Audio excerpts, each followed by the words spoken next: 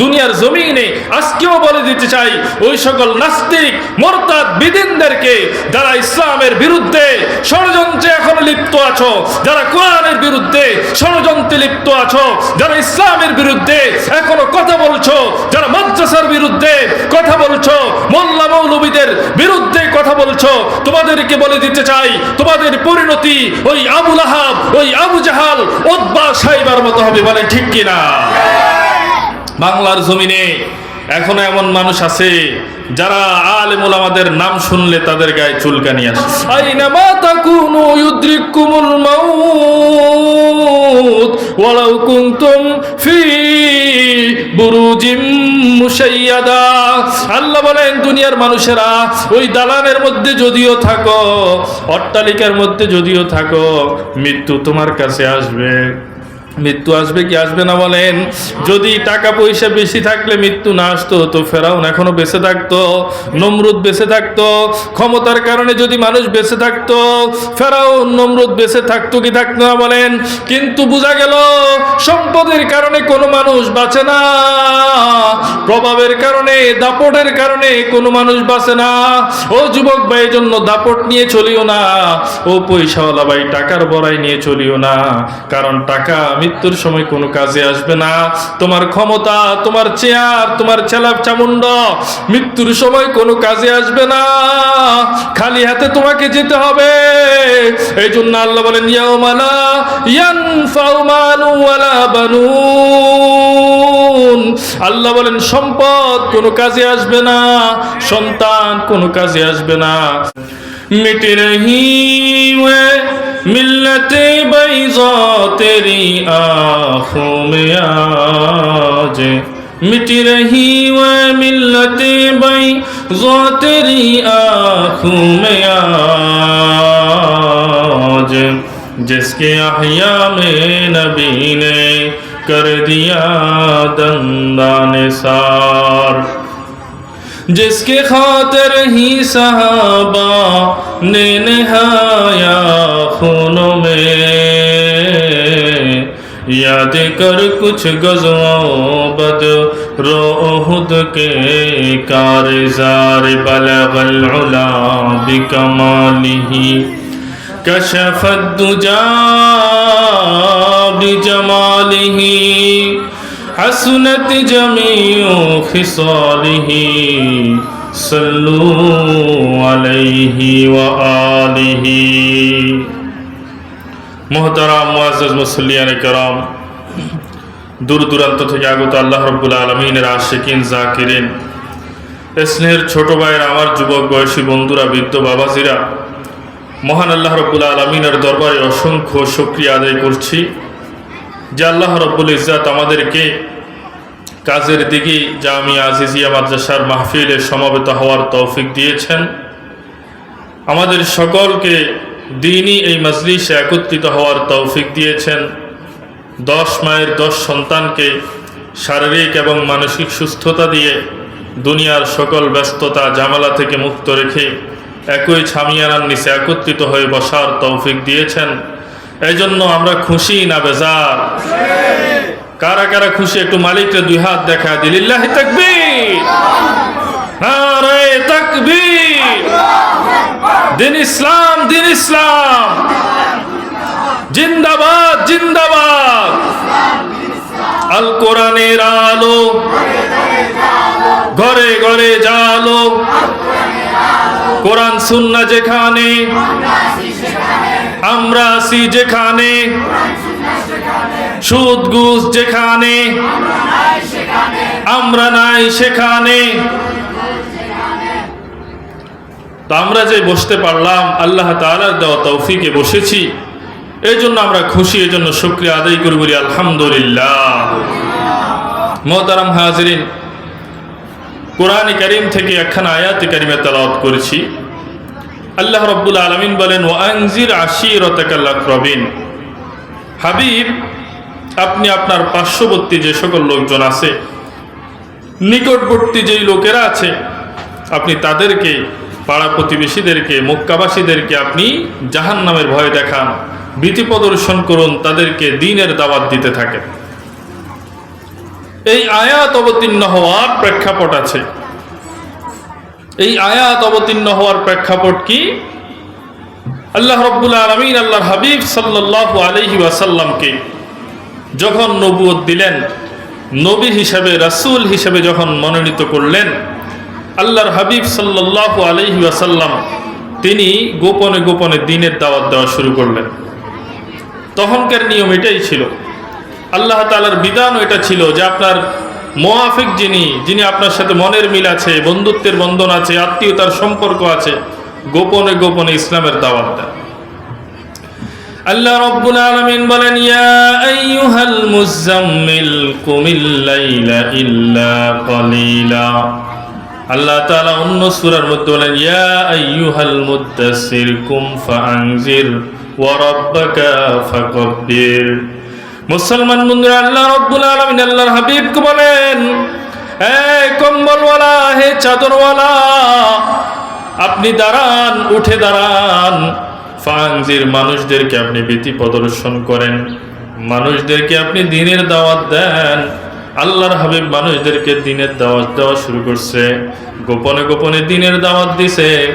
মহিলাদের মধ্যে আম্মাজান খাদিজা রাদিয়াল্লাহু তাআলা আনহা ঈমান নিয়ে আসছে, যুবকদের মধ্যে হযরত আলী, বয়স্কদের মধ্যে হযরত আবু বকর সিদ্দিক ঈমান নিয়ে আসছে। গোপনে গোপনে ইসলামের দাওয়াত চলতেছে। গোলামদের মধ্যে যায়েদ ইবনে হারিসা ঈমান নিয়ে আসছে। গোপনে গোপনে আল্লাহর হাবিব দ্বীনের দাওয়াত দেয়। যেই মানুষটার প্রতি আল্লাহর রাসূলের আস্থা আছে, ওই মানুষটারে আল্লাহর হাবিব দ্বীনের দাওয়াত দেয়। বন্ধুরা আমার, এভাবে কিছুদিন যাওয়ার পর এবার আল্লাহ রাব্বুল আলামিন আয়াত অবতীর্ণ করে দিলেন, ওয়া আনজির আশীরাতাকাল আকরাবিন। আল্লাহ তাআলা বুঝাইতে চান, হাবিব যেভাবে দাওয়াত দিচ্ছেন এতদিন পর্যন্ত ঠিক ছিল, তবে আগামীতে আপনাকে আরো প্রকাশ্যে দ্বীনের দাওয়াত দিতে হবে, আরো প্রকাশ্যে আপনাকে মাঠে ময়দানে কাজ করতে হবে। এবার আল্লাহর হাবিব আল্লাহ রাব্বুল আলামিনের নির্দেশ পাইয়া ওই সাফা পাহাড়ের উপরে উঠে গেলেন। আল্লাহর হাবিব ওখান থেকে মক্কার গোত্রগুলার নাম ধরে ধরে ডাকে। আল্লাহর হাবিব ডাক দেয়, ইয়া বনি আব্দে মুনাফ, ইয়া বনি হাশিম, ইয়া বনি আব্দুল মুত্তালিব, ইয়া কুরাইশ। আল্লাহর হাবিব একটা একটা করে গোত্রের নাম ধরে ডাকে। আর মক্কার মানুষেরা সবাই যখন সাফা পাহাড়ের পাদদেশে একত্রিত হলো, আল্লাহর হাবিব ওই পাহাড়ের উপরে আল্লাহর হাবিব দাওয়াতের কাজ শুরু করে দিলেন। আল্লাহ তাআলা যে বলেছেন, ওয়া আনজির আশীরাতাকাল আকরাবিন, পাড়া প্রতিবেশী নিকটবর্তী সবাই এখন দ্বীনের দাওয়াত দেন। আল্লাহর হাবিব মক্কার মানুষদেরকে ডাক দিয়ে বলে, ইয়া আইয়ুহান নাস কুলু লা ইলাহা ইল্লাল্লাহ তুফলিহুন। আল্লাহর হাবিব ডাক দেয়, মক্কার মানুষেরা আয় আয় আয়, তাআলাউ ইলা কালিমাতিন সাওয়াইন বাইনানা ওয়া বাইনাকুম আল্লা না'বুদা ইল্লাল্লাহ ওয়া লা নুশরিকা বিহি শাইআ। আল্লাহর হাবিব ডাকে, হে মক্কার মানুষেরা আয়, এক কালিমার দিকে আসো, কালিমায়ে তয়্যিবার দিকে আসো, লা ইলাহা ইল্লাল্লাহর সাক্ষী দাও। আসো সবাই একত্রিত হইয়া এক কথার সাক্ষী দেই, আল্লাহ ছাড়া কোনো মাবুদ নাই, আল্লাহর সাথে আমরা কাউকে শরীক করব না। ইয়া আইয়ুহান নাস কুলু লা ইলাহা ইল্লাল্লাহ তুফলিহুন। এই মক্কাবাসীরা রে, বলো আল্লাহ এক, আল্লাহ ছাড়া কোনো মাবুদ নাই, তো তোমরা সফল হয়ে যাবে। মক্কার মানুষেরা নীরব হয়ে আছে। আল্লাহর হাবিব এমন কি কথা বলতেছে, মুহাম্মদ এমন কথা জীবনেও বলে নাই, মুহাম্মদের মুখে এমন কথা তারা কোনোদিন শুনে নাই। মক্কার মানুষেরা যখন নীরব নীরব নিস্তব্ধ পরিবেশ, কোনো আওয়াজ নাই, সারা শব্দ নাই, নীরবতা ভঙ্গ করে সর্বপ্রথম যে লোকটা কথা বলেছে তার নাম হলো আবু লাহাব। আবু লাহাব ডাক দিয়ে বলে তাব্বাল্লাকা আলিহাযা জামাতানা। আবু লাহাব বলে মুহাম্মদ তুমি ধ্বংস হও, আমাদেরকে কি এই জন্যই জমা করেছো? আল্লাহর হাবিব সাল্লাল্লাহু আলাইহি ওয়াসাল্লাম দিলের মধ্যে বড় কষ্ট পাইছে, দিলের মধ্যে বড় ব্যথা পাইছে। কারণ বিরোধিতারও একটা সিস্টেম আছে বন্ধুরা আমার, ঠিক কিনা বলেন? যদি ঘরের মানুষ বিরোধিতা করে ওই দুঃখ মানুষ সহ্য করতে পারে না, বলেন ঠিক কিনা? আপনার গ্রামের মানুষ যদি আপনার বিরোধিতা করে, কিন্তু ঘরের মানুষ যদি আপনার পাশে দাঁড়া যায়, যদি বলে যে যাই বলুক ভাই আমি তোমার সাথে আছি, বাবা বলে পিতা, বাবা বলে সন্তান আমি তোমার সাথে আছি, ওই ঘরের লোকটা সাহস পায়, বলেন ঠিক কিনা?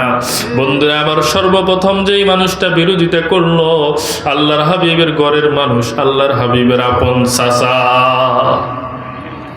আল্লাহর হাবিব দিলের মধ্যে বড় কষ্ট পায়, দিলের মধ্যে বড় ব্যথা, কি জবাব দিবে? কিন্তু আল্লাহর হাবিব মুখে কোনো কথা বলেন না। আল্লাহ রাব্বুল আলামিন এই কথাটাই বলেন, ওয়ামা ইয়ানতিকু আনিল হাওয়া ইন হুয়া ইল্লা ওয়াহায়ুন ইউহা। আল্লাহ রাব্বুল আলামিন বলেন আমার হাবিব তার গুণ কেমন জানো তোমরা, তার আদর্শ কেমন তোমরা জানোনি। আমার হাবিব কোনোদিন নিজের থেকে কোনো কথা বলে না, আমি আল্লাহ যখন ওহী প্রেরণ করি তিনি তাই বলেন, বলেন সুবহানাল্লাহ। আল্লাহর হাবিব নিজের থেকে কোনো জবাব দেন না। আল্লাহ রাব্বুল আলামিন আল্লাহর হাবিবকে সান্ত্বনা দেওয়ার জন্য একখানা সূরা অবতীর্ণ করে দেন। আল্লাহ বলেন হাবিব ওই আবু লাহাবের বিরুদ্ধে আপনার কিছু বলা লাগবে না, আমি আল্লাহ স্বয়ং নিজেই আবু লাহাবের জবাব দিয়ে দিতেছি। আল্লাহ রাব্বুল আলামিন আয়াত অবতীর্ণ করে দিলেন, তাব্বাত ইয়াদা আবি লাহাবিন ওয়া তাব। আবু লাহাব ধ্বংস হয়ে যাবে, আবু লাহাবের কোনো নাম নিশানা বাকি থাকবে না, বলে ঠিক কিনা? আজকে আবু লাহাব বাকি আছে না? আপনারা বলেন। ওই আবু জেহেলের বংশধরকে, আবু লাহাবের বংশধরকে কোনো পরিচয় নাই, কেউ জানে না। কিন্তু আল্লাহর হাবিবের বংশ যারা, তাদেরকে মানুষ বড় সম্মান করে। আল্লাহ রসুলের বংশের কোন লোক যদি আসে, আওলাদে রসুলের যদি আগমন হয়, তো মানুষজন তাকে বড় কদর করে, কি করে না বলেন? বন্ধুরা আমার, আজকে আবু লাহাবের নাম দুনিয়াতে নাই, আবু জেহেলের নাম দুনিয়াতে নাই। কেন? আবু লাহাব আর আবু জেহেল ইসলামের বিরোধিতা করেছে, বলেন ঠিক কিনা? আল্লাহর হাবিবের বিরোধিতা করেছে, কোরআনের বিরোধিতা করেছে, এই জন্য আল্লাহ রাব্বুল আলামিন তাদেরকে নিশ্চিহ্ন করে দিয়েছেন, বলেন ঠিক কিনা? মুসলমান বন্ধুরা, আল্লাহ রাব্বুল আলামিন এই কথাটাই কোরআনের মধ্যে বলেন, ইন্না শানিয়াকা হুয়াল আবতার। আল্লাহ বলেন হাবিব আজকে যারা আপনার বিরোধিতা করতেছে, আজকে যারা ইসলামের বিরোধিতা করতেছে, আজকে যারা কোরআনের বিরোধিতা করতেছে, এই মানুষগুলার কোনো চিহ্ন বাকি থাকবে না। এই মানুষগুলা, মানুষ যতদিন তাদেরকে স্মরণ করবে, খুবই মন্দের সাথে তাদেরকে স্মরণ করবে, ভালোর সাথে স্মরণ করবে না। কিন্তু বন্ধুরা আমার, আল্লাহর হাবিব সাল্লাল্লাহু আলাইহি ওয়াসাল্লামের দাওয়াত পাইয়া যেই মানুষগুলো ঈমান কবুল করেছে, ইসলাম কবুল করেছে, ওই মানুষগুলার নাম আজও বাকি আছে না নাই বলেন? মুসলমান বন্ধুরা, আবু বকর সিদ্দিক, হযরত ওমর ফারুক রাদিয়াল্লাহু তাআলা আনহু, হযরত ওসমান, হযরত আলী, হযরত তালহা, এভাবে আল্লাহর হাবিবের সাহাবায়ে কেরাম আজকে দুনিয়াতে তারা নাই, কিন্তু তাদের নাম জিন্দা আছে না নাই বলেন? মানুষ তাদেরকে স্মরণ করে, শুধু স্মরণ করে তা নয়, স্মরণ করার সাথে সাথে বলে রাদিয়াল্লাহু তাআলা আনহু, তাদের জন্য দোয়া করে আল্লাহ রাব্বুল আলামিন তাদের উপর রাজি খুশি হয়ে যান, বলে ঠিক কিনা? কেন? এটা হলো কোরআনের কারণে। এই জন্য দুনিয়ার জমিনে আজকেও বলে দিতে চাই, ওই সকল নাস্তিক মুরতাদ বিদিনদেরকে, যারা ইসলামের বিরুদ্ধে ষড়যন্ত্রে এখনো লিপ্ত আছো, যারা কোরআনের বিরুদ্ধে ষড়যন্ত্রে লিপ্ত আছো, যারা ইসলামের বিরুদ্ধে এখনো কথা বলছো, যারা মাদ্রাসার বিরুদ্ধে কথা বলছো, মোল্লা মৌলবীদের বিরুদ্ধে কথা বলছো, তোমাদেরকে বলে দিতে চাই, তোমাদের পরিণতি ওই আবু লাহাব, ওই আবু জাহাল, উতবা, সাইবার মতো হবে, বলে ঠিক কিনা? বাংলার জমিনে এখনো এমন মানুষ আছে যারা আলেম ওলামাদের নাম শুনলে তাদের গায়ে চুলকানি আসে, মাদ্রাসার কথা শুনলে চুলকানি আসে। আসে না নাই বলেন? আসে। আজকে দেখলাম একটা নিউজে, সম্ভবত গত 2-1 দিন আগের ঘটনা, ঢাকায় একটা মাদ্রাসায় একটা নারী সে প্রবেশ করছে। ওই মাদ্রাসায় প্রবেশ করে 4 তলাতে চলে গেছে, গিয়া সেখানে হুজুরদের বাচ্চাদের পাঞ্জাবির পকেটের মধ্যে কি আছে এটা চিন্তাই করতেছে, চুরি করতেছে। আরো কয়েকদিন করছে। তাদের ভাষ্যমতে আগেও নাকি এরকম কিছু মোবাইলও হারানো গেছে তাদের। পরে হাতে নাতেই মহিলাকে ছাত্ররা ধরে ফেলছে। দৌড়া, যেহেতু মহিলা মানুষ, বেড়া মানুষ হলে কি হতো এটা তো আপনারা বুঝেন। আর ওখানে মারধর শুরু হয়ে যেত। মহিলা মানুষ, এজন্য তাকে প্রহার করে নাই, মারধর করে নাই। ওরা আইনা রাস্তার মধ্যে একটা খাম্বার মধ্যে বাঁধা রাখছে। পরে কিছু মাদ্রাসার ছাত্র, অতি উৎসাহী ছাত্ররা, যেহেতু মারধর তো করতে পারতেছে না, মহিলা মানুষ, একটা ইজ্জতের বিষয় আছে, এই জন্য এরা কি করছে, পানি মারছে ওকে। কেউ কেউ আইনা বালতি দিয়া ওই মহিলার মাথার উপর পানি ঢালছে। সর্বশেষ পরিস্থিতি কি, যেটা জানলাম সেটা খুবই অবাক হলাম। ওই মহিলা তিনি দিদার সে রাস্তায় ঘুরে বেড়াচ্ছে, আর মাদ্রাসার 7 জন ছাত্রকে ওই যে ক্যামেরার ফুটেজ দেখে দেখে এদেরকে গ্রেপ্তার করেছে, তাদেরকে 7 দিনের জেল দিয়েছে। বলেন নাউজুবিল্লাহ।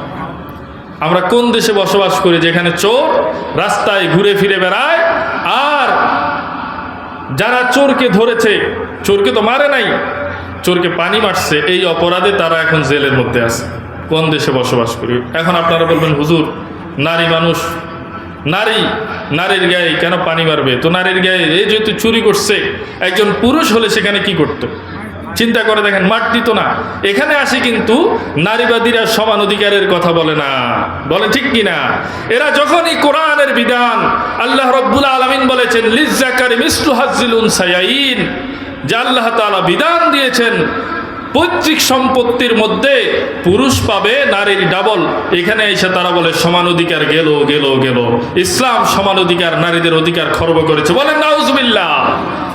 এখানে এসে তারা সমান অধিকার খুঁজে, অথচ সমান অধিকার খুঁজলে এখন তো ওই মহিলা হসপিটালে থাকতো। কি বলেন, মায়ের একটাও কি মাটিতে পড়তো? মোটেও পড়তো না। তারপর নারী হিসাবে আমাদের আলেম ওলামারা, সাধারণ মানুষেরা তাদেরকে শ্রদ্ধা করে, যদিও সে চোর হয়, তার গায়ে হাত দেয় নাই। কিন্তু নারী হলে আপনি যদি তাকে এভাবে ছেড়ে দেন, আর যারা তাকে চোর হিসেবে ধরছে এভাবে যদি করেন, তো নারীদের মধ্যে সামনে চোর, ডাকাত, ছিনতাইকারী আরো বাড়বে।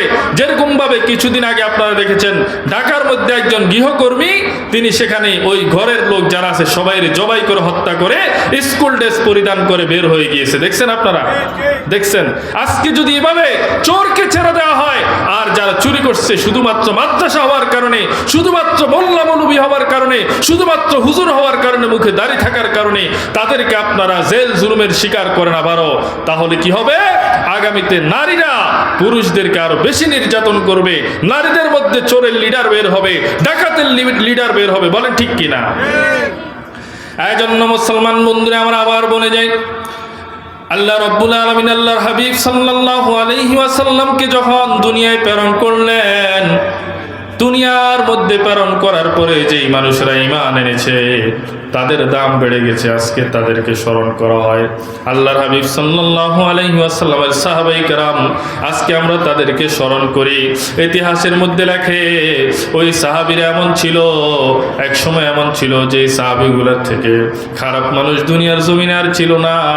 আল্লাহর হাবিবের এমন সাহাবীও ছিল যেই সাহাবী নিজের হাতে নিজের কন্যাকে জমিনের মধ্যে দাফন করেছে, কিন্তু ইসলামের কারণে, ঈমান আনার কারণে, আল্লাহর হাবিবের হাতে হাত রেখে মুসলমান হওয়ার কারণে এই লোকগুলার দাম এত বেড়ে গেছে। ইতিহাসের কিতাবের মধ্যে লেখে এই লোকগুলার মতো দামি মানুষ কিয়ামত পর্যন্ত আর কোনোদিন আসবে না। স্বয়ং আল্লাহর হাবিব নিজেও বলেছেন, খৈরুল কুরুনি করনি, শ্রেষ্ঠ যুগ হলো আমার যুগ, আমার যুগের মানুষেরা সবচেয়ে শ্রেষ্ঠ। কিয়ামত পর্যন্ত এমন শ্রেষ্ঠ মানুষ আর কোনোদিন আসবে না। বলেন ঠিক কিনা? তাহলে কি বোঝা গেল? আমরা বুঝতে পারলাম যে আল্লাহর হাবিব সাল্লাল্লাহু আলাইহি ওয়াসাল্লামের এই সাহাবীদের দাম এত বাড়ছে যে কিয়ামত পর্যন্ত এত দামি মানুষ আর কোনোদিন আসবে। মুসলমান বন্ধুরা আমার, 10 জন সাহাবী আল্লাহর হাবিব দুনিয়ার জমিনে তাদেরকে জান্নাতের সুসংবাদ দিয়ে দিছে। হযরত আবু বকর আল্লাহর হাবিব তার ব্যাপারে বলেছেন, আবু বকর ফিল জান্নাহ, ওমরুন ফিল জান্নাহ, উসমান ইবনে আফফান ফিল জান্নাহ।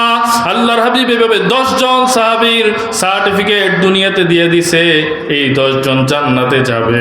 আর বাকি সব সাহাবায়ে কেরামের ব্যাপারে আল্লাহ রাব্বুল আলামিন কোরআনের মধ্যে বলে দিয়েছেন, রাদিয়াল্লাহু আনহুম ওয়া রাসুয়ান, আল্লাহ তাদের প্রতি সন্তুষ্ট, তারাও আল্লাহর প্রতি সন্তুষ্ট। বলেন ঠিক কিনা? তাহলে এই সাহাবীরা মর্যাদা পান হলো কেন? ইসলামের কারণে। আর লাঞ্ছিত যারা হয়েছে তারা লাঞ্ছিত হয়েছে কেন? ইসলামের বিরোধিতা করার কারণে। বলেন ঠিক কিনা? এই জন্য মুসলমান বন্ধুরা, আমার বর্তমান সময়ের কথা বলি। অনেক মানুষ আমাদেরকে বলে, হুজুর আপনারা এখন আবার ভোট করতেছেন, নির্বাচনের জন্য দাঁড়াইতেছেন, আপনারা একদিনও দেশ চালাইতে পারবেন না। আবার কেউ কেউ বলে, হুজুর আপনাদেরকে যদি ভোট দিই তো আপনাদের ভোট দিলে আমাদের ভোটটা পৌঁছে যাবে। আমাদের ভোটটা কি পৌঁছে যাবে? তো গতকালকে আমাকে একজন বলতেছে, কয় হুজুরদেরকে ভোট দিলে আমাদের ভোট পৌঁছে যাবে। বাবুরে আমরা এটার মধ্যে নাই, যেখানে ভোট দিলে ভোট পৌঁছবে না আমি ওখানে ভোট দিব। তো এখানে দেখেন, আমি তাকে উদাহরণ দিলাম, দেখেন আপনার বাড়ির পাশে একটা জমি নিয়ে বিরোধ চলতেছে, 2 জন মানুষের বিরোধ, এই বলে জমিটা আমার, এই বলে জমিটা আমার, কিন্তু দোনোজনের তো জমি নয়, জমি তো যে কোনো একজনের। কি বলেন? এখানে একজন হলো জালেম, একজন হলো মাজলুম।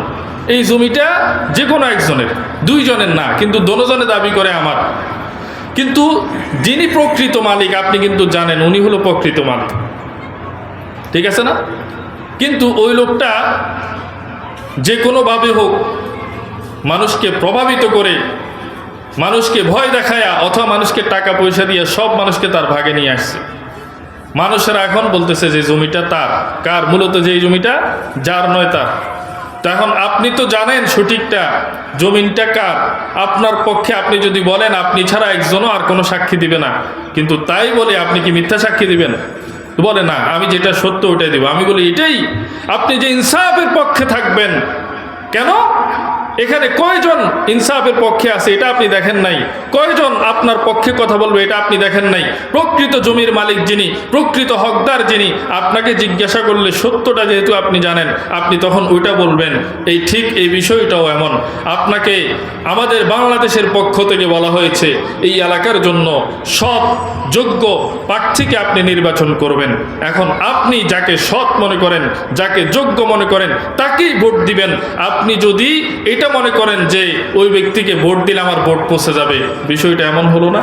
তো তিনি বলেন, হ বিষয়টা তো এমন। আমি বলি এইটাই।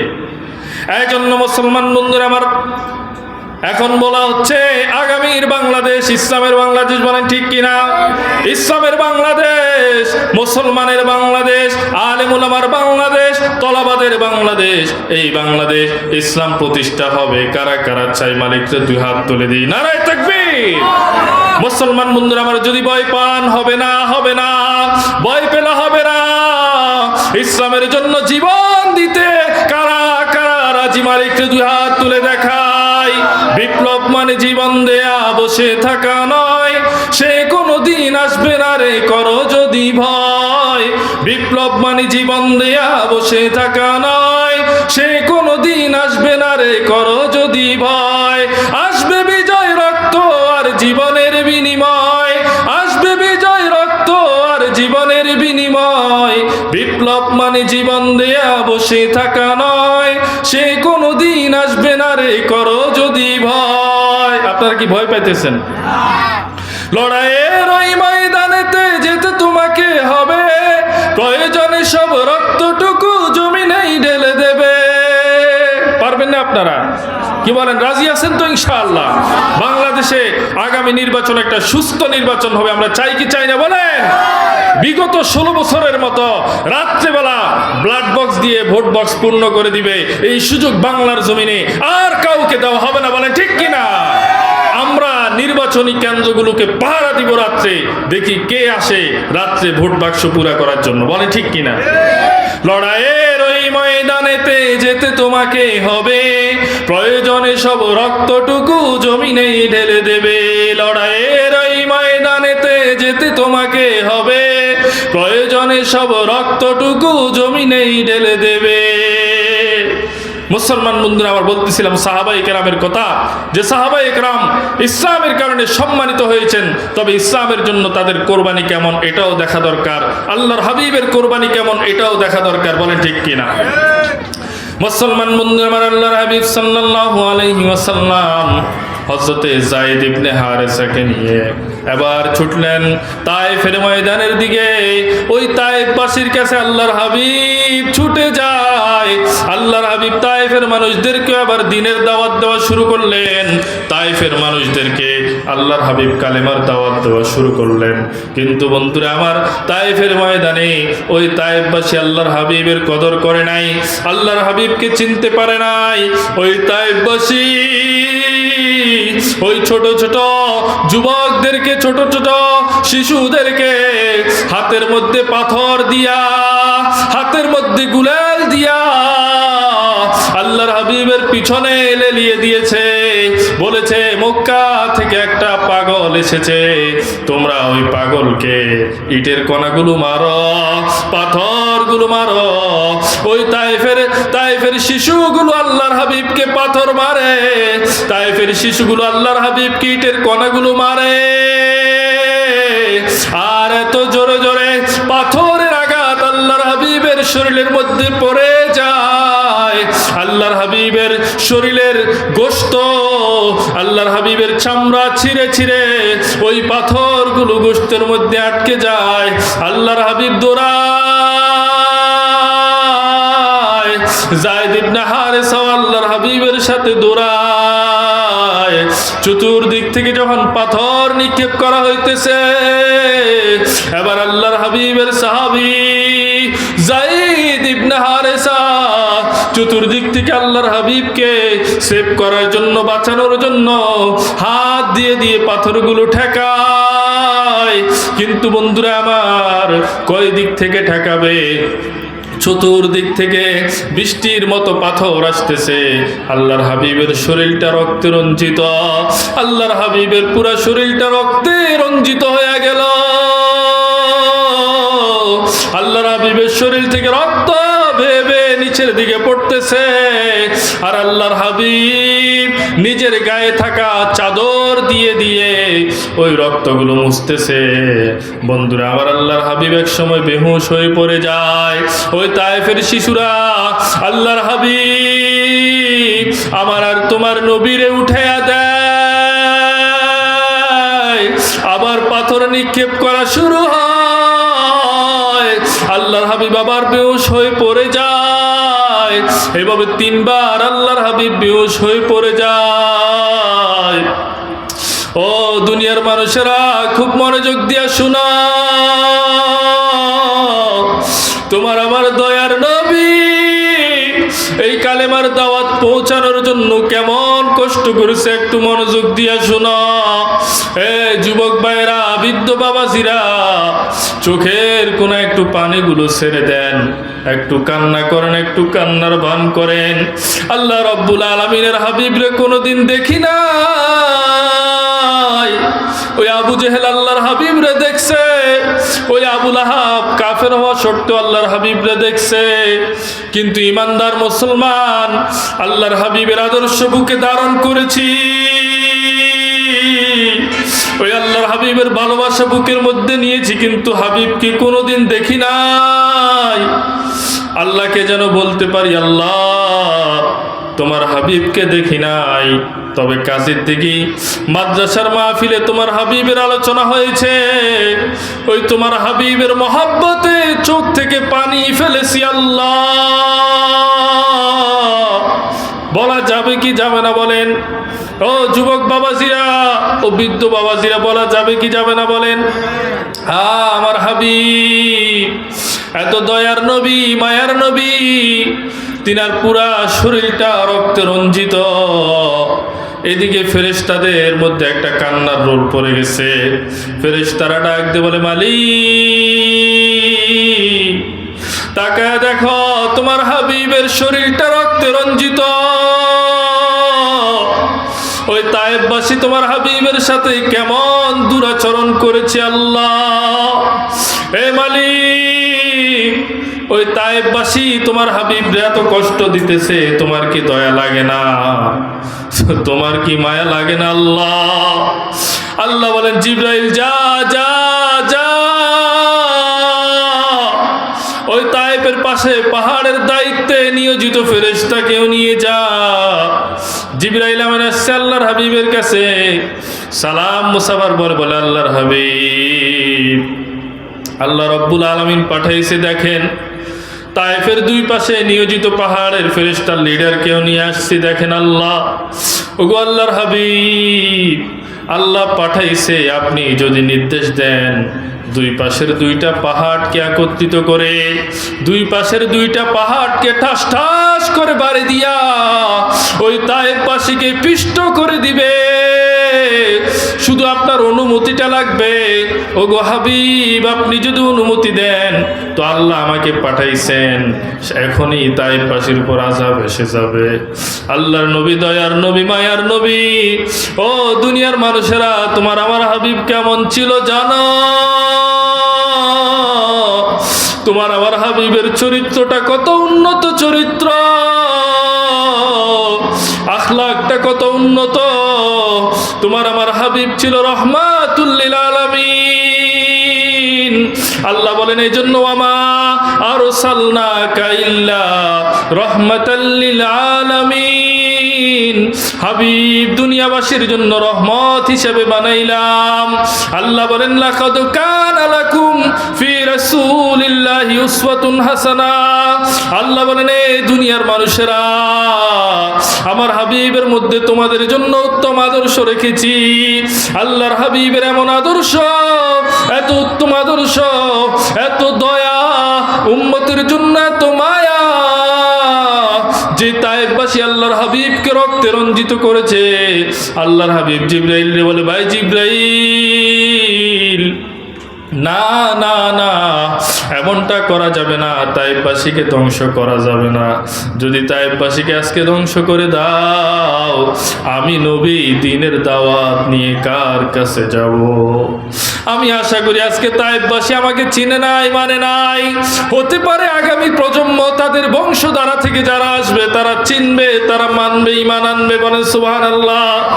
ও দুনিয়ার মানুষেরা, হযরত যায়েদ ইবনে হারেসা ডাক দিয়ে, আল্লাহর হাবিব, আমি দেখলাম আপনি চাদর দিয়া দিয়া নিজের শরীরের রক্তগুলা মুছতেছেন কেন? আল্লাহর হাবিব ডাক দে, যায়েদ রে, নবীর রক্ত এত দামি, এত পবিত্র রক্ত, ওই নবীর রক্ত যদি জমিনে পড়ে, আল্লাহ রব্বুল আলামিন সহ্য করতে পারবে না, আল্লাহ তাআলার সাথে সাথে আযাব দিয়ে দিবে। এই জন্য আমি মুহাম্মদুর রাসূলুল্লাহ ওই রক্তগুলা জমিনে পড়তে দেই না, আমি ওই রক্তগুলা মুছে নেই। কারণ জানো, ওই রক্ত জমিনে পড়ার দেরি আর আল্লাহর আযাব আসতে দেরি হবে না। ওই রক্ত যদি জমিনের মধ্যে পড়ে, এই জমিন কোনোদিন আর ফসল দিবে না। ও দুনিয়ার মানুষেরা, আল্লাহর হাবিব এমন কষ্ট করেছে দ্বীনের জন্য, দ্বীনের জন্য আমাদেরও কষ্ট করার দরকার আছে না নাই? বলেন, দ্বীনের জন্য কষ্ট করতে পারবেন না? একটু হাত তুলে দেখান মালিককে। আল্লাহু আকবার, লিল্লাহি তাকবীর। আয় আল্লাহ, আপনি কবুল করে নেন। আল্লাহ, আয় আল্লাহ, তোমার দ্বীনের জন্য আমাদেরকে কবুল করে নাও আল্লাহ। ও মুসলমান মানুষেরা, ও মুসলমান বন্ধুরা, সাহাবায়ে কেরাম দ্বীনের জন্য কেমন কোরবানি করছে শুনেন। আল্লাহর হাবিব সাল্লাল্লাহু আলাইহি ওয়াসাল্লাম তাবুকের যুদ্ধের দিকে যাবে, একজন নারী আসছে তার শিশু নিয়ে, মাত্র 3 মাসের বয়স, কোন কোন বর্ণনায় 7 মাসের বয়স। শিশু আইনে আল্লাহর হাবিবকে দিয়া বলে, হাবিব, এই শিশুটারে আপনি যুদ্ধের ময়দানে নিয়ে যান। আল্লাহর হাবিব বলে, মা, তোমার এই শিশু হাঁটতে পারে না, চলতে পারে না, এই শিশু যুদ্ধের ময়দানে নিয়ে আমি কি করব? ওই মহিলা সাহাবী বলে, হাবিব, ওই শিশুটারে ওই কাফেররা যখন তাবুকের ময়দানে আপনার দিকে তীর আর তরবারি মারবে, ওই আমার শিশুটারে আপনি ঢাল হিসেবে ব্যবহার করবেন। কারণ হাবিব, আমার কোনো স্বামী নাই, আমার কোনো বড় পুত্র সন্তান নাই যুদ্ধের ময়দানে পাঠাবো, আমার কোনো বাবা নাই যুদ্ধের ময়দানে পাঠাবো, একটা মাত্র শিশু, তাকে নিয়ে আসছি যেন কাল কিয়ামতের ময়দানে বলতে পারি আল্লাহর হাবিবের জন্য আমার শিশু সন্তানটা আমি কোরবানি করে দিয়েছি। বলেন সুবহানাল্লাহ। মুসলমান বন্ধুরা আমার, সাহাবায়ে কেরাম এত কোরবানি করেছে, কিন্তু আল্লাহর ভয় দিলের মধ্যে কেমন ছিল তাও জানা দরকার। ওই জান্নাতের সুসংবাদ প্রাপ্ত সাহাবী আবু বকর জমিনের মধ্যে হেঁটে যায় আর বলে, হায় আমি যদি গাছের পাতা হইতাম, ইয়া লাইতানি কুনতু ওয়ারাকা, ইয়া লাইতানি কুনতু শাজারা। ওই আবু বকর ডাক দে, হায় রে আমি যদি গাছের পাতা হইতাম, যদি আমি গাছ হইতাম, যদি আমি মাটি হইতাম, তো আমার আর কোনোদিন হিসাব হইতো না। ওমর ডাক দে, ওমর কাঁদে, আল্লাহর ভয়ে কাঁদতে কাঁদতে হযরত ওমর রাদিয়াল্লাহু তাআলা আনহুর চোখের থেকে পানি যে জায়গা দিয়ে পড়ে, এই জায়গার মধ্যে কালো দাগ পড়ে গেছে। সাহাবীরা ডাক দে বলে, আমিরুল মুমিনিন, চেহারার মধ্যে কালো দাগ ভালো দেখা যায় না, এই জন্য একটু ওষুধ লাগান, মুখের মধ্যে ওষুধ লাগান, কালো দাগটা যেন ভালো হয়ে যায়। আমিরুল মুমিনিন ওমর ডাক দে বলে, ও আল্লাহর রাসূলের সাহাবীরা শুনো, কেন আমি ওষুধ লাগাই না জানো? কারণ কিয়ামতের ময়দান বড় ভয়াবহ ময়দান। এই ময়দানে আল্লাহ যখন জিজ্ঞাসা করবে, ওমর তুমি আমার জন্য কি নিয়ে আসছ? আমি বলবো, আল্লাহ তোমার জন্য আমি কিছু আনতে পারি নাই, তবে আমার দুই চোখ থেকে তোমার ভয়ে যে পানি বের হইছে, ওই পানি পড়ার দাগ দুটোকে চিহ্ন হিসেবে নিয়ে আসছি। বলেন সুবহানাল্লাহ। বন্ধুরা আমার, হযরত ওমর রাদিয়াল্লাহু তাআলা আনহু মৃত্যু শয্যায় শায়িত। হযরত ওমর মসজিদ নববীর মধ্যে নিজের চেহারাটা মাটির মধ্যে ঘষে আর বলে, হে ওমর তুমি ধ্বংস হয়ে যাইবা, ইনলাম ইয়াগফির রাব্বুকা ওয়াইলুল লাকা ইয়া ওমর, ইনলাম ইয়াগফির রাব্বুকা হে ওমর, তোমার রব যদি তোমারে ক্ষমা না করে তাহলে তুমি ধ্বংস হয়ে যাইবা। বন্ধুরা আমার, এরা হলো আল্লাহর হাবিবের সুসংবাদ প্রাপ্ত, আল্লাহর হাবিবের জান্নাতের সার্টিফিকেট প্রাপ্ত সাহাবীরা। আল্লাহর হাবিবের সাহাবীরা জান্নাতের সুসংবাদ পাইয়াও এমন। হযরত ওমর মৃত্যুর আগে নিজের সন্তান আব্দুল্লাহ ইবনে ওমরকে ডাক দিয়ে বলে, আব্দুল্লাহ ছুটে যাও, আম্মা জান আয়েশার কাছে যাও, আমার সালাম বলো, আর বলবা তিনার কামরার মধ্যে আল্লাহর হাবিবের কবর যেখানে দেওয়া হয়েছে, তিনার আব্বাজান আবু বকর সিদ্দিকের কবর যেখানে দেওয়া হয়েছে, সেখানে এখনো জায়গা খালি আছে, যদি তিনি অনুমতি দেয় আমি ওমরের কবরটা যেন আল্লাহর হাবিব আর আবু বকরের সাথে যেন দিয়ে দে। আব্দুল্লাহ ইবনে ওমর অনুমতি নিয়ে আসছে। আয়েশা বলে, আব্বাজান অনুমতি হয়ে গেছে, আপনার মৃত্যুর পরে ওই আম্মাজান আয়েশার ঘরের মধ্যে আল্লাহর হাবিবের কবরের পাশে আবু বকর সিদ্দিকের কবরের পাশে আপনার কবর হবে। ওমর বলে, না না না আব্দুল্লাহ, অনুমতি এখনো হয় নাই, কারণ আমি এখনো আমিরুল মুমিনিন, আমি এখনো আমিরুল মুমিনিন হিসেবে অনুমতি চাইছি। হতে পারে আম্মা জান লজ্জা পেয়ে অনুমতি দিয়ে দিছে, আমি যখন মারা যাব আমাকে গোসল দেওয়ানোর পরে, আমাকে কাফন দেওয়ার পরে, আমাকে কাফনের কাপড় পরাইয়া খাটিয়ার মধ্যে উঠাইয়া যখন জানাজার জন্য নিয়ে যাওয়া হবে, তখন তুমি আবার আম্মা জানের কাছে অনুমতির জন্য যাইবা। এখন তো আমি মারা গেছি, আমি আর আমিরুল মুমিনিন নাই, এবার যদি আম্মা জান অনুমতি যাই তো দাফন করবা, আর যদি অনুমতি না দেয় তো মুসলমানদের কবর রওজাতুল বাকির মধ্যে আমাকে দাফন করবা। হযরত ওমর বলে, হে আব্দুল্লাহ জানো আল্লাহ রাসূলের কবরের পাশে কবরটা কেন দিতে বলি জানো? কারণ আল্লাহর হাবিবের কবরটা এত দামি, এত দামি, এই দুনিয়াকে 1000 বার বিক্রি করলেও ওই আল্লাহর হাবিবের কবরের দাম হবে না, বলেন ঠিক কিনা?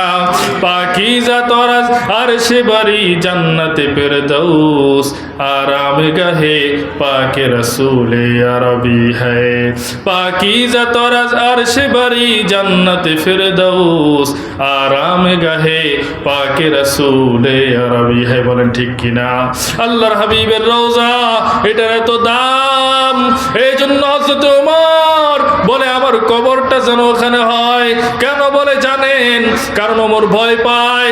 আল্লাহ তাআলা বলেন ওয়া আম্মা মান খাফা মাকামা রাব্বিহি ওয়া নাহান নাফসা আনিল হাওয়া ফাইন্নাল জান্নাতা হিয়াল মাওয়া। আল্লাহ তাআলা বলেন যে ব্যক্তি আল্লাহর সামনে দাঁড়ানোকে ভয় করে আর নিজেকে খারাপ কাজ থেকে দূরে রাখে, জান্নাত হবে ওই ব্যক্তির ঠিকানা, বলেন ঠিক কিনা? এই জন্য মুসলমান বন্ধুরা আমার, এই মাহফিল থেকে ওয়াদা দিতে পারবেননি আগামীতে আর কোনোদিন গুনাহ করব না, পারবেননি ওয়াদা দিতে? ও দুনিয়ার মানুষেরা, মালিককে দু হাত তুলে দেখাই, তওবার হাত দরাজ করে বলি আল্লাহ,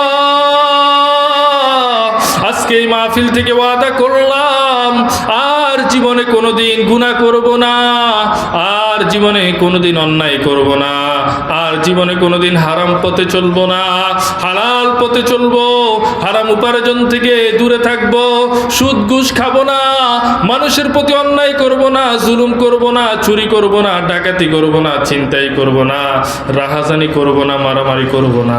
একটু ওয়াদা দিতে পারবেন নি? বলেন একটু ওয়াদা দেন, ডাক দিয়ে বলেন আল্লাহ, জোরে ডাক দেন, একটু ডাক দেন, মহব্বতের সাথে ডাক দেন আল্লাহ।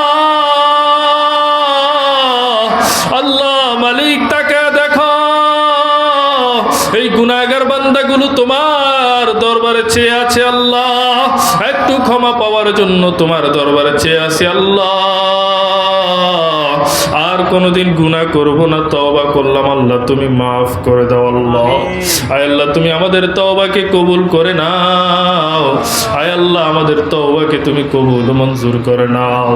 ও দুনিয়ার মানুষেরা, আমাকে আপনাকেও মরতে হবে, একদিন মরতে হবে, কি হবে না বলেন? আমাকে আপনাকে মরতে হবে। এই দুনিয়া কিন্তু চিরস্থায়ী ঘর নয়, এই দুনিয়া সব সময় থাকার জায়গা নয়। এই দুনিয়া আজ আছি কাল নাই, কে কখন যাবে কেউ জানে না।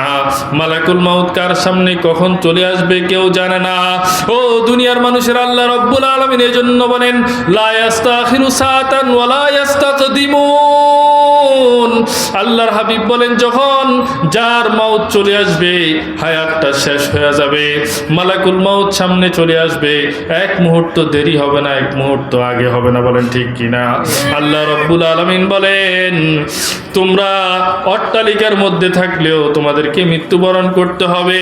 ওয়ালাউ কুনতুম ফি বুরুজিম মুশাইয়াদা আইনামা তাকুনু ইউদরিকুমুল মাউত ওয়ালাউ কুনতুম ফি বুরুজিম মুশাইয়াদা।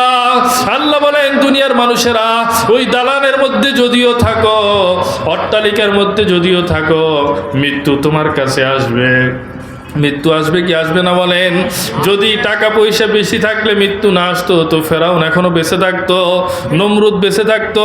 ক্ষমতার কারণে যদি মানুষ বেঁচে থাকতো, ফেরাউন নমরুদ বেঁচে থাকতো কি থাকতো না বলেন? কিন্তু বোঝা গেল সম্পদের কারণে কোনো মানুষ বাঁচে না, প্রভাবের কারণে, দাপটের কারণে কোনো মানুষ বাঁচে না। ও যুবক ভাই, জন্য দাপট নিয়ে চলিও না।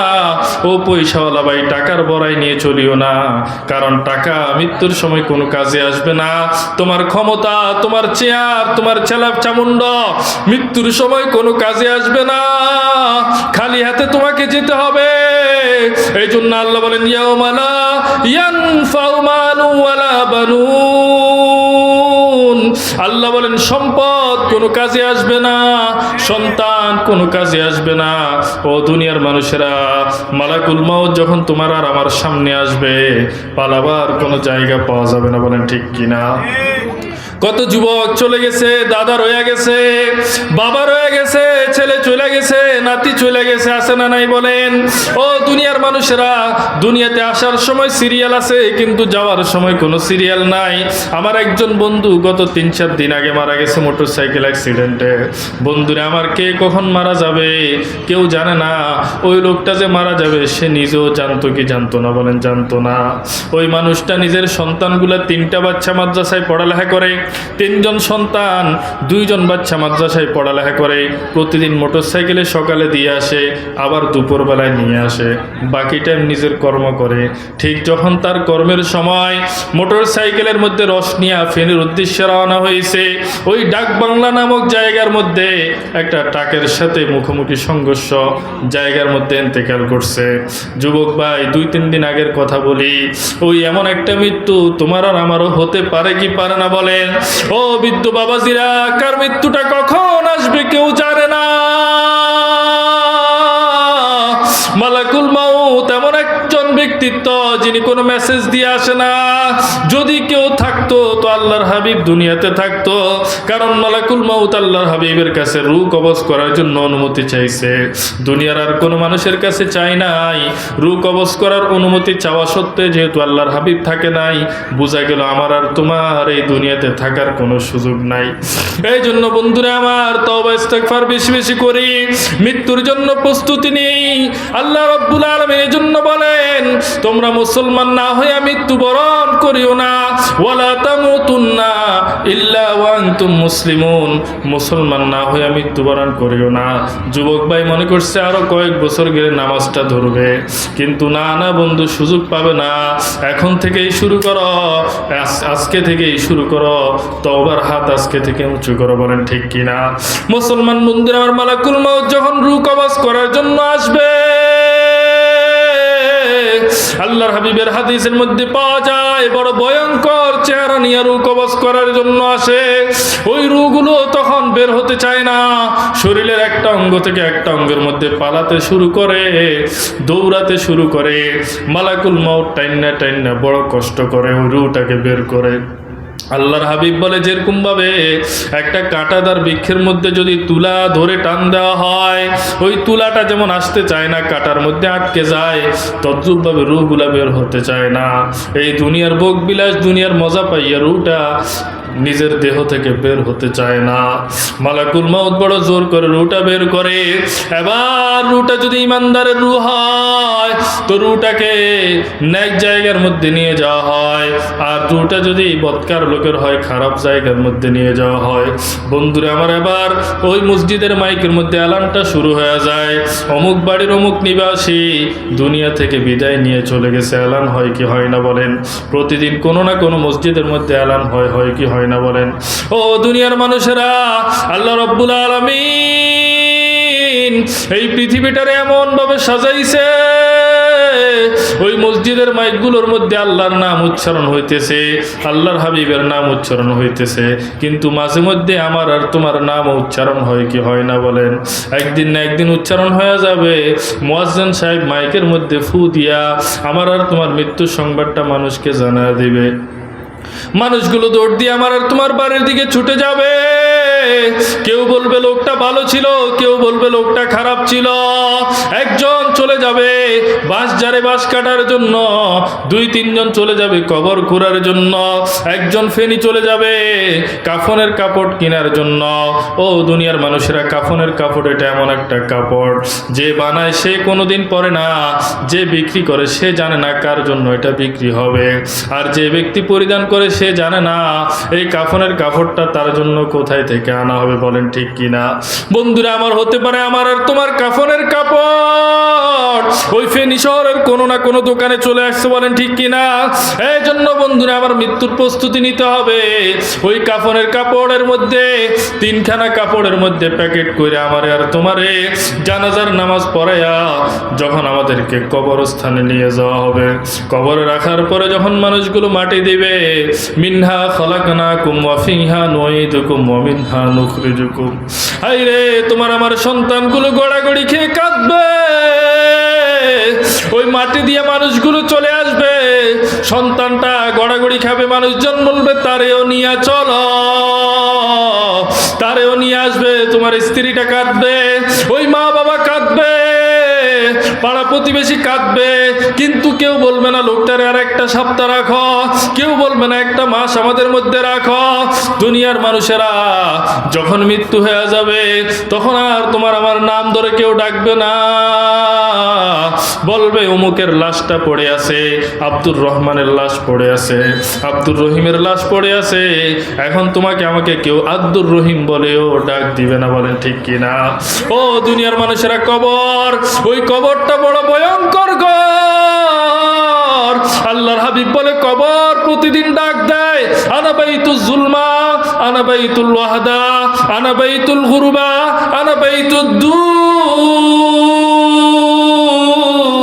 কবর প্রতিদিন ডাক দেয়, দুনিয়ার মানুষেরা শুনো শুনো শুনো, আমি পোকামাকড়ের ঘর, আমি অন্ধকার ঘর, আমি সাপ বিচ্ছুর ঘর, আমি একাকী ঘর, আমার ঘরে কোনো সাথী নাই, আমার এই ঘরে কোনো বাতি নাই, আমার এই ঘরে কোনো বন্ধু নাই, আমার এই ঘরের মধ্যে কিছুই নাই, কিছুই নাই, আমি কাউকে চিনি না, আমি শুধু চিনি নেকামল। কবর বলে যদি তুমি নেকামল নিয়ে আসতে পারো তো তোমার সাথে আমি সদাচরণ করব, আর বান্দা যদি নেকামল না নিয়ে আসো, যদি বদামল নিয়ে আসো, আমি কবর তোমার সাথে প্রথমে যে আচরণ করব, আমার ডানে মাটি, বামে মাটি, উপরে মাটি, নিচে মাটি, ওই ডান দিকের আর বাম দিকের মাটিগুলোকে মিলাইয়া এমন জোরে তোমাকে চাপ মারবো, তোমার ডান পাজরের হাড্ডিগুলো বাম পাজরের মধ্যে ঢুকে যাবে, টাস টাস করে হাড্ডিগুলো ভেঙে যাবে। কবর বলে যদি তুমি বদামল নিয়ে আইস তো তোমার কবরের মধ্যে আবার দাউ দাউ করে আগুন জ্বলা শুরু হয়ে যাবে। আল্লাহ তাআলা ওই কবরের মধ্যে সাপ নিযুক্ত করে দিবে। আল্লাহর হাবিব বলে এই সাপগুলো এত বিষাক্ত, ওই কবরের একটা সাপ যদি কোনোদিন জমিনের মধ্যে একটা নিঃশ্বাস ফেলে, এই জমিনের মধ্যে যত গাছপালা উদ্ভিদ আছে সব কিছু মারা যাবে। এই দুনিয়ার মানুষেরা কেমনে সহ্য করবা বলো? এই সাপ বিচ্ছুর কামড় সহ্য করতে পারবো না, ওই কবরের আগুন সহ্য করতে পারবো না, কবরের আযাব সহ্য করতে পারবো না। ওই কবর আযাবটা বড় ভয়ঙ্কর, কিন্তু এটা কিন্তু জাহান্নামের তুলনায় হালকা। কবরের মধ্যে যেই আযাব হবে জাহান্নামের তুলনায় এটা কিছুই না। এবার জাহান্নামের মধ্যে এর চাইতে আরো বড় শাস্তি অপেক্ষা করবে। এই জন্য বন্ধুরা আমার, বেশি বেশি তাওবা ইস্তেগফার করি, বেশি বেশি আল্লাহর জন্য কান্নাকাটি করি, বেশি বেশি রওনাজারি করি। ও দুনিয়ার মানুষেরা, প্রতিদিন কবরের মোরাকাবা করি। নিজে একটা সময় বের করেন, 5 মিনিট 10 মিনিটের সময় বের করেন, যে সময়টা একটু মৃত্যুর মোরাকাবা করবেন, যে সময়টা নিজের হিসাবটা নিচে মিলাবেন। হযরত ওমর রাদিয়াল্লাহু তাআলা আনহু বলেন, হাসিবু ক্বাবলা আন তুহাসাবু ওয়াজিনু ক্বাবলা আন তুজানু। হযরত ওমর বলেন, এই দুনিয়ার মানুষেরা, তোমার হিসাব মিলানোর আগে আগে তুমি হিসাব মিলাও, তোমার আমলের ওজন করার আগে আগে তুমি আমলের ওজন করো। আল্লাহ রাব্বুল আলামিন বলেন, ওয়া নাযাউল মাওয়াজিনাল কিসতা লিয়াউমিল কিয়ামাহ। আল্লাহ বলেন কিয়ামতের ময়দানে আমি একটা মিজান, একটা তরাজু, একটা পাল্লা আমি স্থাপন করব। এই পাল্লার মধ্যে প্রত্যেকের আমলগুলো আমি মাপবো। ফালা তুজলামু নাফসুন শাইআ। আল্লাহ বলেন কোন মানুষের প্রতি জুলুম করা হবে না। যে ব্যক্তি যাররা পরিমাণ নেক আমল নিয়ে আসবে তাও সে দেখতে পাবে, যে ব্যক্তি যাররা পরিমাণ বদ আমল নিয়ে আসবে তাও সে দেখতে পাবে। আল্লাহ বলেন দুনিয়ার সকল মানুষের হিসাব মিলানোর জন্য আমি আল্লাহ যথেষ্ট। বন্ধুরা, আল্লাহ রাব্বুল আলামিন এবার আমলনামা তোমার আমার হাতের মধ্যে দিয়ে দিবে। আল্লাহ রাব্বুল আলামিন বলবে, ইকরা কিতাবাক কাফা বিনাফসিকাল ইয়াউমা আলাইকা হাসিবা। আল্লাহ বলেন বান্দা, তোমার নেক আমল বদ আমলের খাতা তোমার হাতে দিয়ে দিলাম, এবার পরে পরে দেখো তুমি নিজেই নিজের হিসাব মিলাতে পারবা, তুমি জান্নাতি না জাহান্নামী ওই খাতা পড়ে পড়ে তুমি নিজেই বুঝতে পারবা। বলেন ঠিক কিনা? এই জন্য আল্লাহ তাআলার কাছে বেশি বেশি তাওবা ইস্তেগফার করব, পারবো তো ইনশাআল্লাহ? বেশি বেশি জিকির করব। এখন শীতকাল, শীতের মৌসুম, একটু ভোর রাত্রে আগে উঠে তাহাজ্জুদ পড়তে পারবেন তো ইনশাআল্লাহ? প্রতিদিন না পড়েন, অন্তত সপ্তাহে 2-4 দিন পারবেন তো ইনশাআল্লাহ? তাও যদি না পারেন সপ্তাহে একদিন পড়েন, না পারলে মাসে একদিন পড়েন। পারবেন তো ইনশাআল্লাহ? আল্লাহর হাবিব সাল্লাল্লাহু আলাইহি ওয়াসাল্লাম বলেন, আশ-শিতাউ রাবিউল মুমিন, শীতকাল এটা হলো মুমিনের বসন্ত। যেরকমভাবে ব্যবসায়ীদের একটা সিজন আছে, কাপড় ব্যবসায়ী তার সিজন হলো রমজান মাস, বলেন ঠিক কিনা? তদ্রূপভাবে ইমানদারের সিজন হলো শীতকাল। শীতকালের মধ্যে রাত্রি লম্বা হওয়ার কারণে বেশি বেশি তাহাজ্জুদ পড়া যায়, রাত্রি জাগরণ করা যায়, বলেন ঠিক কিনা? আল্লাহ তাআলা আমাদের সকলকে বেশি বেশি ন্যায় আমল করার তৌফিক দান করুক। ওয়া আখিরু দাওয়ানা আনিল হামদুলিল্লাহি রাব্বিল আলামিন।